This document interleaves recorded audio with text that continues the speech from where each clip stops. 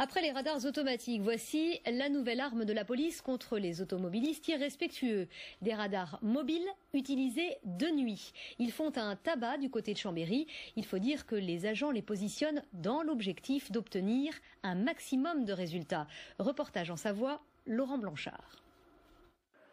Alors, je vous ouvre le coffre. Voici l'appareil.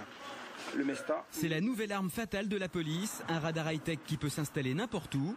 Il prend moins de place qu'une voiture radar qui, elle, a besoin d'espace pour se garer. Et en plus, il est plus discret. Le fait que le véhicule était en vue de tout le monde et stationné au bord de la voie rapide permettait aux automobilistes d'avoir un soupçon et de lever le pied automatiquement. Exemple ici, à la sortie d'un tunnel, lui-même déjà contrôlé par un radar fixe. Les conducteurs, en général, ralentissent quand ils arrivent au niveau du radar. Et ensuite, une fois qu'ils ont franchi le radar et qu'ils ont passé le tunnel, ils accélèrent par derrière.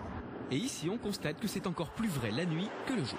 La nuit, il n'y a pas de contrôle, donc on se libère, on se lâche, on conduit un petit peu plus vite, on ne respecte pas le code de la route et limitation de vitesse. L'idée d'installer des radars mobiles la nuit est un véritable succès. L'appareil est allumé depuis à peine 1 minute et il livre déjà ses premiers clichés. Il y a déjà eu donc, deux voitures et troisième voiture. La moyenne, on a ici en gros 120 infractions à l'heure. 2 voitures flashées chaque minute. À cette heure, c'est à peu près un automobiliste sur 5 en excès de vitesse. Du coup, les contrôles nocturnes risquent bien à l'avenir de se multiplier.